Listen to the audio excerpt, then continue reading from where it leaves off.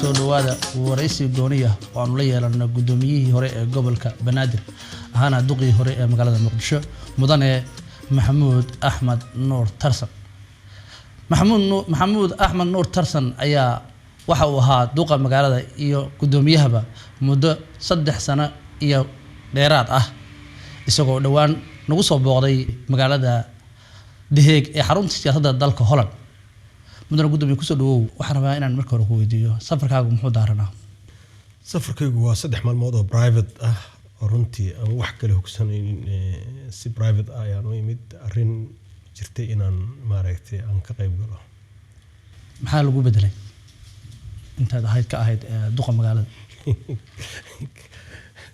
waxa la ii bedelay madaxweynaha weydiiyay waana aqaanaa intaad duqa magaalada Muqdisho ahayd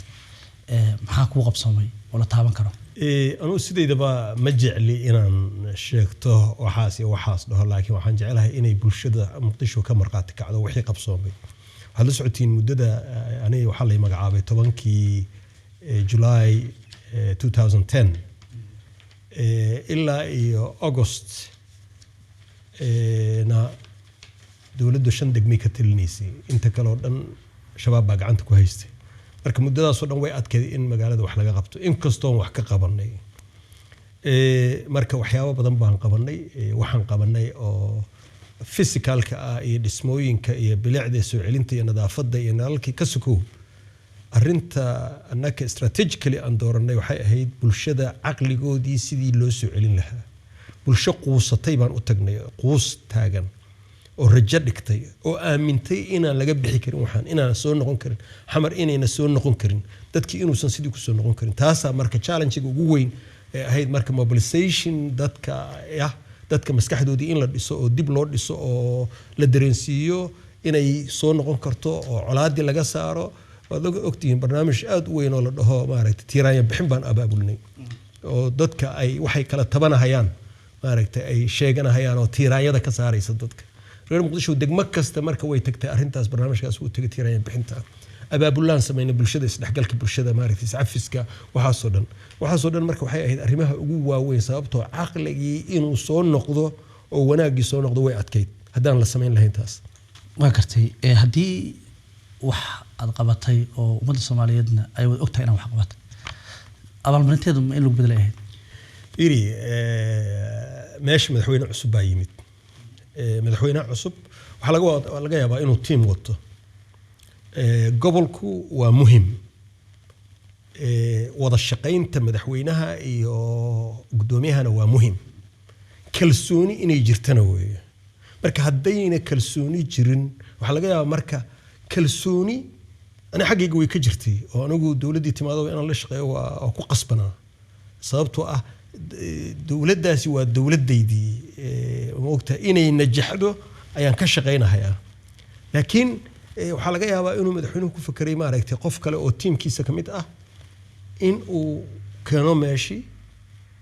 ayaa laga yaabaa oo sidaas liisu bedelay oo teamkiisa kamid ma ahayn anigu waa gartay anu soo laabano markii aad gudoomiyaha ahayd ilaa dhaqaalaha gobolka xagee buu ka soo gali jiray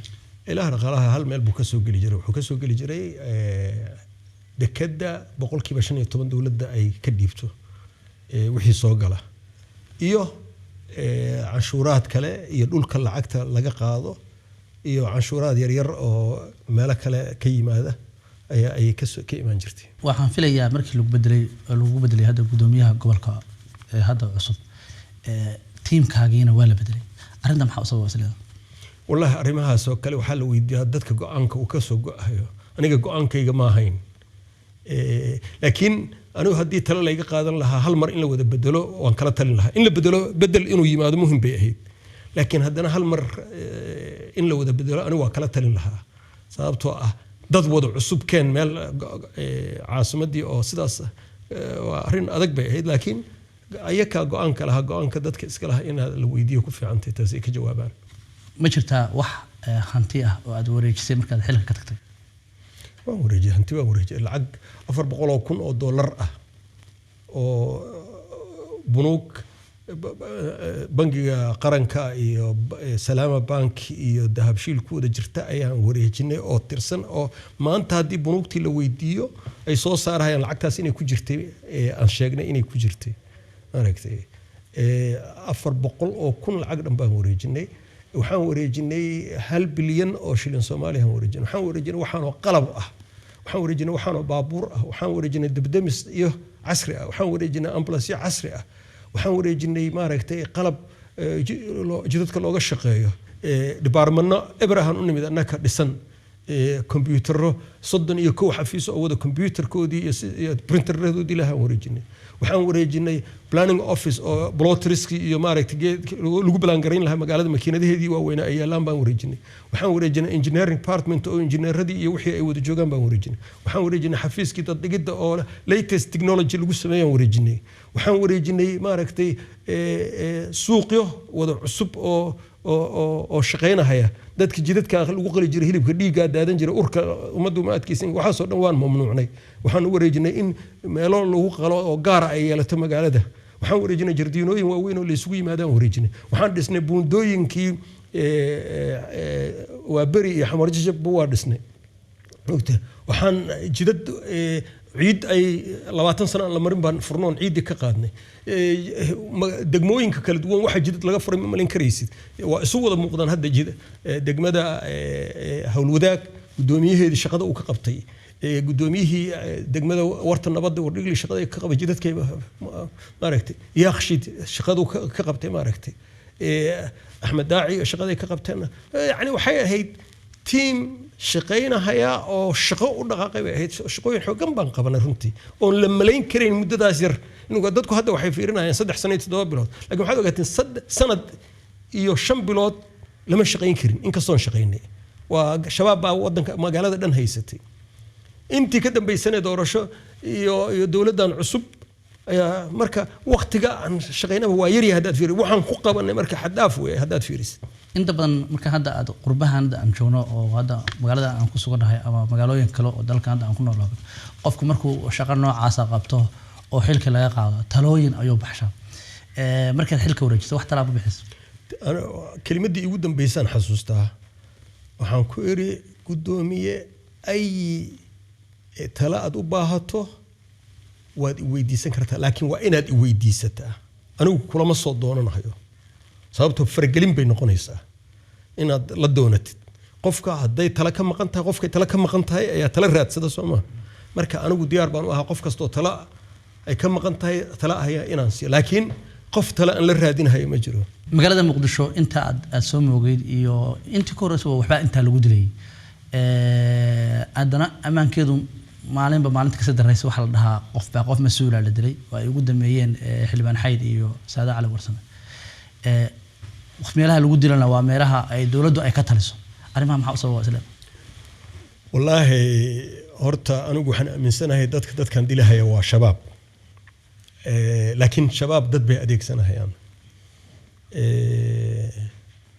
laakiin ضعف kaloo haystana waa jiraan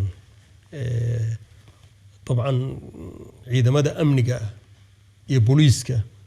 waxa la rabaa in ay si systematic u shaqeeyaan oo qeexan oo ay ogyihiin qof kasta mas'uuliyadiisa marka qaarkood dilalka meesha ka dhacayaan iyo waafaqaday oo lama qaban suuladley baa dishay oo lama qaban gadaal baan ka soo sheegaynaa waxaas oo dhan joogtay ahayd marka waxaad u malaysaa institutionada oo amniga in ay weak yihiin oo aad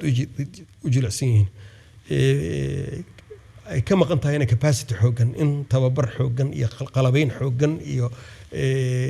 tababar joogto ah iyo daba socod iyo la xisaabtan bay u baahan tahay kuwaasna badana waxaad u malaysaa in daciif uu ka yahay marka dabcan cadowba wadankii dhex jooga cadowgaasna fursad u helaba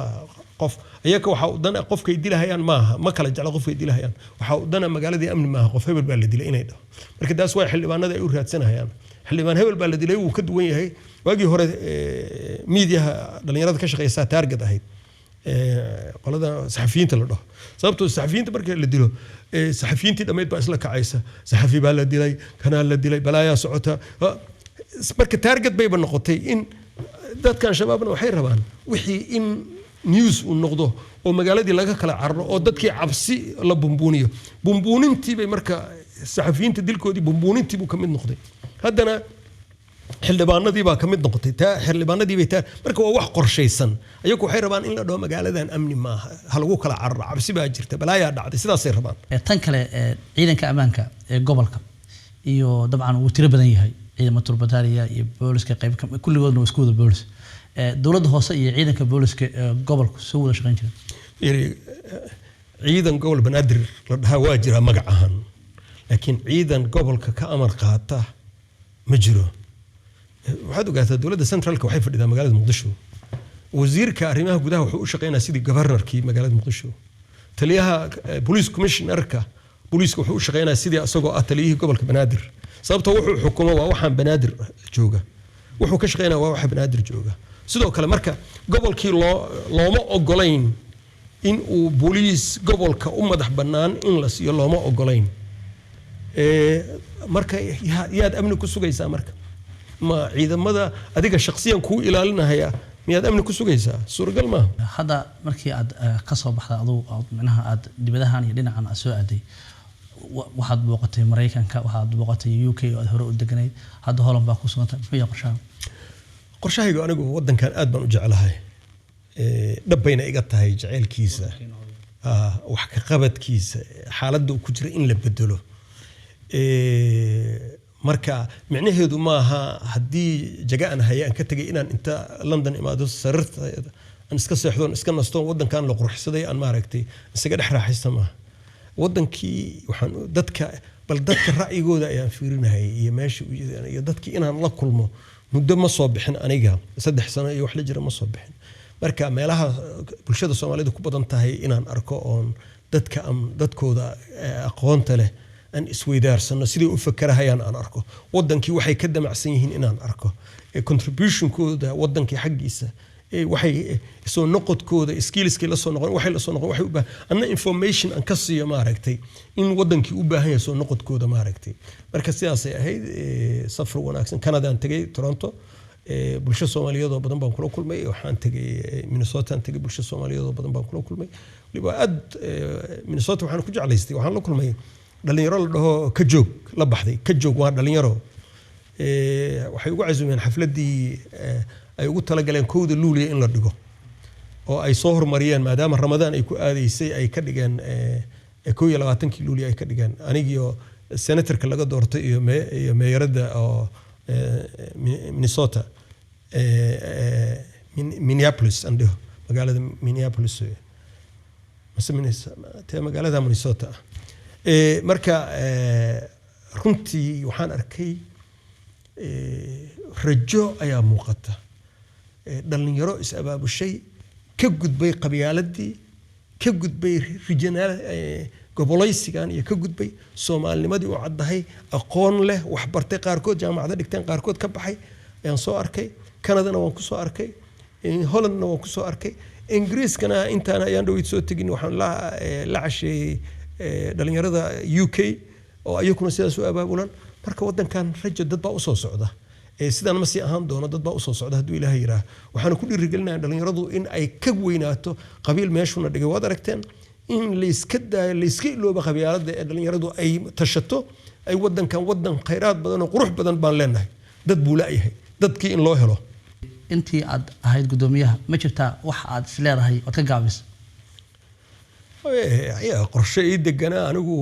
qorshahan degsaday waxay ahayd 5 sano in magaaladan ay ku soo noqoto magaaladii ay ahaan jirtay hadday noqoto xaq bulsho oo bulshada isdhexgalkeeda dadkii ka baxay inay ku soo noqdaan dhismooyinkoodii in la wada dhiso jidadkeedii in la wada hagaajiyo nalalkii in ay nalal wada yeelato in ay maaragtay biyo nadiif ah oo ay dadku cabahayaan inay jiraan oo biyaha wasaqda ah qaxootiga ma dhaheen barakacayaashan in la manage gareeyo oo magaalada dhex degan in la manage gareeyo oo ama lagu celiyo meelahoodii ama meel loo sameeyo in dadka dhalinyarada ah shaqo loo abuuro oo ay noqdaan dad wax soo saar leh Soomaalida dhan in lagu hanuuniyo in ay noqoto bulsho wax soo saar leh dabcan bulshadeena wax soo saar ma laha bulsho wax soo saar leh in noqoto marka waxa soo dhan baa fikradaas oo dhan baa iga buuxay oo أن تابع أن إسلام هي أنتي ماذا قارن أنتي أتهيست وقتي أتهيستك ماذا قارن لكن أنت عند ذلك هو عند ذلك وكل يد اسم صارها يوم مرها يوم مارت وقتي بعد دومس اسم مرها مركات في رصيد وقتك أن هيستي وقتك ودنك اللي قش قين كريم إيوه limitation كجري وحا حددنا دقالها أن هينوكم همولين وحا حددنا أقونته وحا حددنا كرتده وحا حددنا أمانته وحا حددنا وضع شقين الدولة حتى واحد حددنا مركا أنت صدقن أيام كل شقيني مركا أنت انقبلني اسكو عورينا وقرتي طبعا مركي قاعد دولة هوس أو صوغلا أما دولة بقعنتها صوغلا وحاجة دوسرات لقلا حسابتهم هذا وحي إدي صوغلا أو دولة هوس قعنتها صوغلا يا قعنتها كوية دولة هوس قعنتها كويس أنت أنك أهين أهفت تو إنا شيء صارته قلت من ولد ريمها يا دقالدو أنتي السعوديين أيانين أهل الخير كويتي وأنا كم هتسني هي أجرك إن إلهي إن كستينا شقينين إلهي أجرك هكذا صابته أسجن يدي سي إلهي وأقبل رجينا هي لح بابور أو أمبلانسي أو بولت بروف أين حبدو كرين ما دام أي حبدو ويفيسو أين حبد كرين أيو هيئة صوماليات سوسية هيئة دي بابورت ما دام بولت بروف أي تهي دولة دا أودي ديني لبحث هيئة waxay noo tiri gobolka ayaan ku wareejinaynaa wasiirkii arrimaha gudaha madaxweynihii iyo prime ministerkii intiiba warqad ayaan ka saxiixnay in gobolka lagu wareejiyo 6daas ambulance oo xabadu ayna kareen saddex aan ka qaaday Leicester oo ay nagu tabaruceen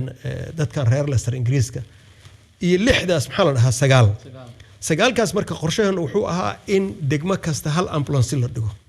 labadii degmaba in hal ambulance la dhigo dawladdii cabdiweli gaas dawladdiisi markay dhamaatay oo dawladda madaxweyne xasan sheekh yimid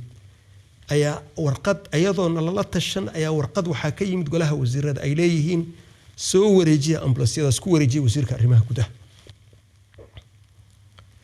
qorshaheeni dhamaa inaan ku wareejino inaan degmooyinka dhigno wasiirkii baan arkay waxaan ku yiri war qorshahaasan wadanay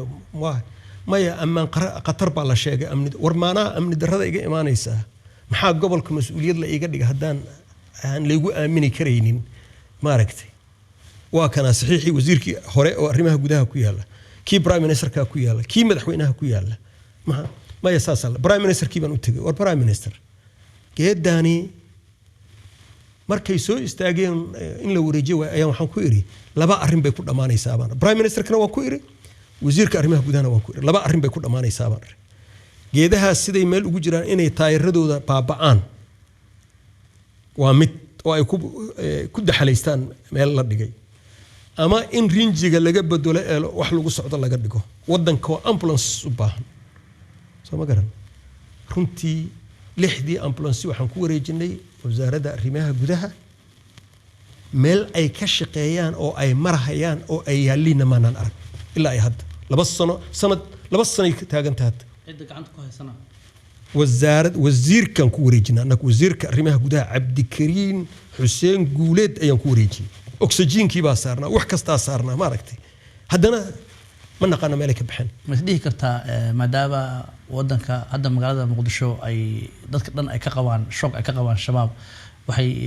inta meelaha laga helaa in loo adeegsado waxyaalaha maadaama ay saxabadu karin kulli mas'uuliyadda waxa qaadaya wasiirka arrimaha gudaha wasiirkii hore arrimaha gudaha iyo amniga qaranka nin ajnabi ah ee carab ah ayaa ku tabarucay xaaladda lagu jiro intuu arkay geediina one day ma shaqeyn hal maalin ma shaqeyn meeshii la geeyay marka shacabka Soomaaliyeed uu sheego ayaga xaq u leh in loo sheego meesha la geeyay waxaan ku jirnay dhowr iyo 20 sano burbur baan ku jirnay magaalada Muqdisho magaalada caasimadda qaranka Soomaaliyeed bay bilic bay lahayd Afrika oo gees waxay ka ahayd way ka sheegnay maayir baad ka soo martay inta ahayd maalin kasta markii la yiraahdo waxba qarax baa dhacay ama maxaan ku dhahaa waxba lagu jiray maxaa dareemi jirtay يعني وضعها جوجاه ما عبسي أنا صعب سنة لكن مسؤولية كسارا في مركز تاي دوقة مقالة ذا يا جبرنر كي يا قدوميه قبل مركز تاي قف كسته ومقالة حمر دقن أمن جيسة إيه نلوشيسة إيه الراحديسة إيه إلى الذي سبوا حي صار أنت مسؤولية أهم مركز تايتل كاس قاسي أدنى وإحنا كقبن كريم أو تربتي نادو حكا قبت كور حد ريميسا مركز هل بلس مركز مثل قدرنا مر ما ننهيسن بدمس ما ننهيسن وصدح بلود ميان أها ما أقانو قدوميها قبل كمركز حمروين الدار صدح دبق آيات دبك كعي صدح هالدبون دايرين كجيران شباب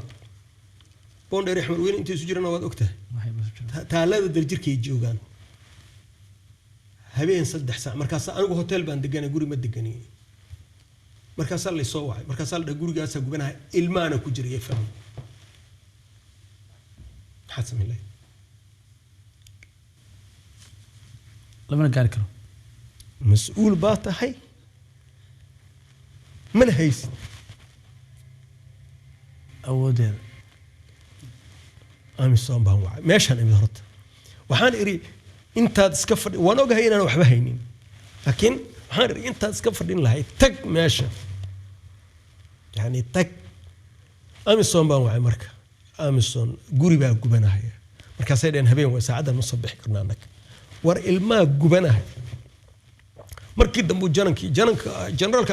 kii baan la hadlay markaas wuxuu ugu dhahay baabuur soo dira airportka soo hogaamiya sababtoo annaku habeenimo waan ugu adag tahay baabuur soo hogaamiya soo dira meesha keena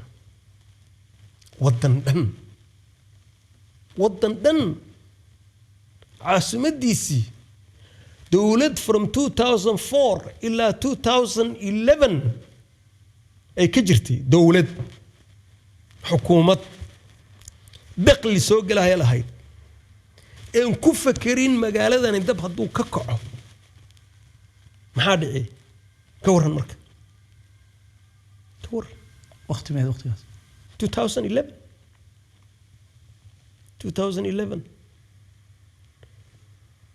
مسؤولية داس كورها المركب واقرتي أن مركي هذا أن أصل نقولنا دقموينك قبل كبنادر مرة سؤال الوجوديني وحاجتي أهيد لحية من دقمو ويا قبل كو إن هل فاميل أما هل غير الصوماليات أي كل كوديهن مقالدنا ومقالة مدح قرن كصوماليات أنت سيلو قرتي واسلام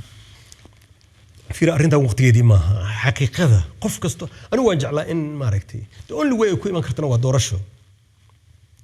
meeshan habbaa la dhaxlay dagaal baa dhacay habbaa la dhaxlay habkii hal shakhsi oo yimid maalin iyo habeen kuma bedeli karo ma sahlana marka waa in la gaaraa heer doorasho oo degmada ay doorato konsulka maamulaha xaq been u leeyihiin dadka shacabka Soomaaliyeed in ay doortaan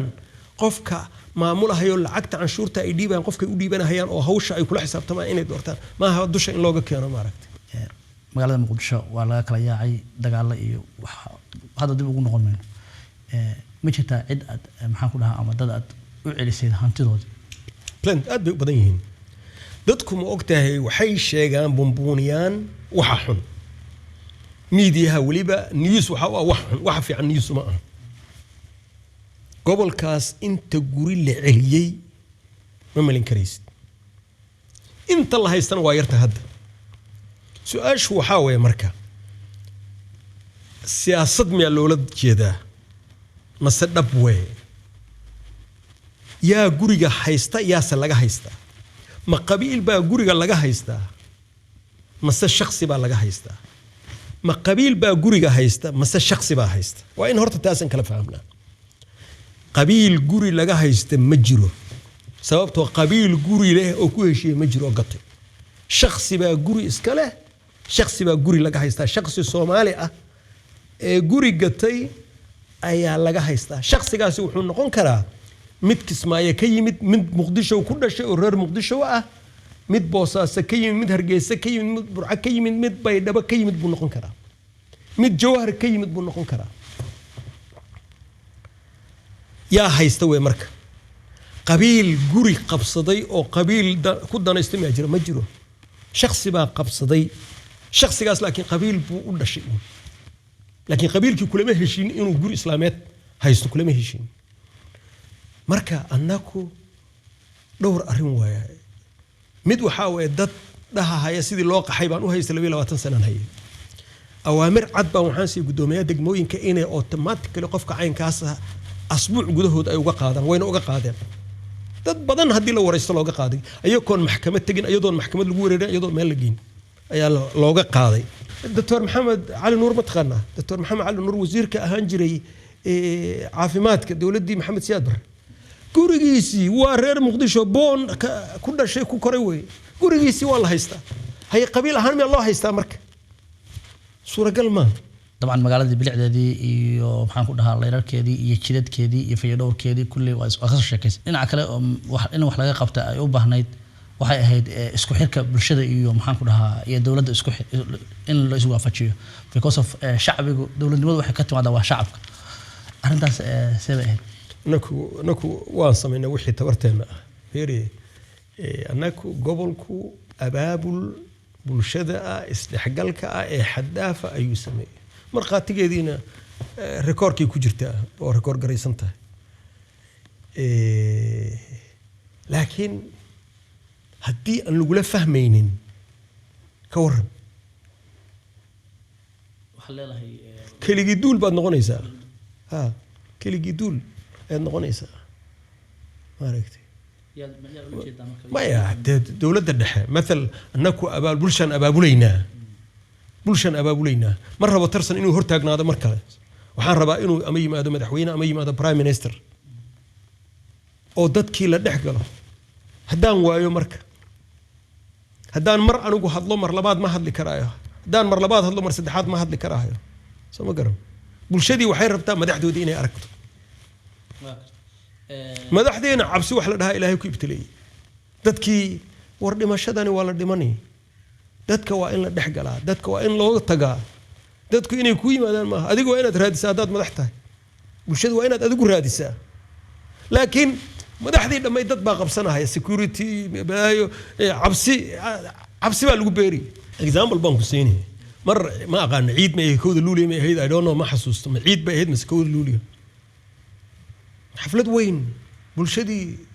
laga soo qayb galay madaxweynihii baa ballan qaaday habeenkii oo dhan baan ka shaqeynayay